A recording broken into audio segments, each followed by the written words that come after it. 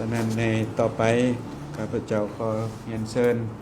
ท่านศิลปากรพรหมไสยศรีประธานปกครองเมืองไสยธานี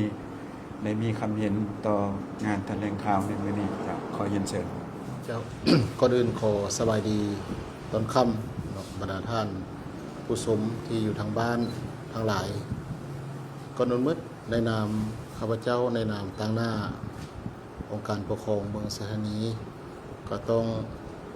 แสดงความขอบใจเป็นอย่างสูงนำรัฐบาลก็คือทางกระทรวงอุตสาหกรรมและการค้าและแผนกอุตสาหกรรมการค้านครหลวงวิจันทร์ที่ได้ให้ความเอาใจใส่ในการติดตามเหตุการณ์ในครั้งนี้นับแต่วันที่3เป็นต้นมา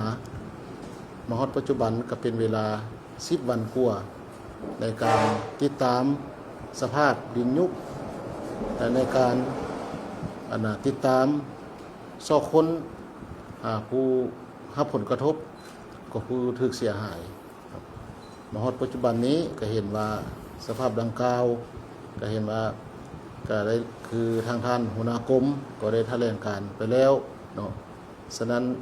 ข้าพเจ้าในนามองค์การปกครองเมืองไสยธานีก็แสดงความรู้บุญคุณและขอบใจเป็นอย่างสูงต่อการเอาใจใส่ของคันเทิงที่พยายามช่วยเหลือติดตามซอกค้นบรรดาผู้สูญหายเนาะข้าพเจ้าในนามต่างหน้าองค์การปกครองเมืองก็เห็นว่าการค้นคว้าการซอกค้นบรรดาผู้เสียหายโดยการนำใช้หลักการทางด้านวิทยาศาสตร์ทางด้านเทคนิคก็เห็นว่ามาฮอดมื้อนี้ก็เห็นว่ามีความเป็นเอกภาพกันสูงระหว่างครอบครัวและการจัดตั้งบ้านทุกภาคส่วนว่าพวกเขาขอโจ๊ะการค้นหาและเนื่องจากสาเหตุต่างๆคือท่านหัวหน้ากรมได้ชี้นำไปหันได้มีคำเห็นไปหันเนาะแต่ถึงในใดก็ตามในเมื่อการโจ๊ะการซอกค้นการซอกหาเนาะไว้เพียงเท่านี้แต่ว่าการสืบต่อในการช่วยเหลือต่อครอบครัวผู้ถูกผลกระทบทางองค์การปกครองเมืองพวกเขาจะได้สืบต่อสมทบกับองค์การปกครองบ้านสมทบกับการนำนครหลวงเวียงจันทร์ค้นคว้าวิธีการช่วยเหลือแก่ผู้ถูกผลกระทบเนาะพิเศษโดยเฉพาะเป็นผู้ที่ถูกสูญหายนอกนั้นยังจะได้ค้นคว้าผู้ที่ถูกผลกระทบต่างๆตามหลักการของแขนงวิชาเฉพาะ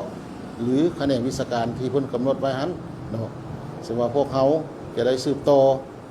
ติดตามอย่างใกล้ชิดเนาะซึ่งว่ามาฮอดนี้ข้าพเจ้าในนามองค์การปกครองเมืองก็ขอเรียกร้องให้สังคมก็คือพ่อแม่ประชาชนทั่วไปเนาะโดยเฉพาะพ่อแม่ประชาชนภายในบ้านทงมั่งของพวกเขา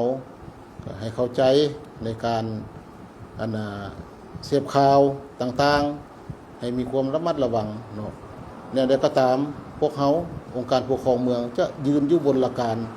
เนาะสิทธิผลประโยชน์ของประชาชนเนาะจะบ่ทิมบ่ปะประชาชนเด็ดขาดเนาะบอกว่าจะเป็นการชดเชยหรือว่าการทดแทนต่างๆพวกเขาจะเฮ็ดตามหลักการตามกฎหมายที่กำหนดไว้เนาะอีกทีนึงก็แสดงความเศร้าโศกเสียใจนำครอบครัวที่ว่าถูกผลกระทบในครั้งนี้เนาะ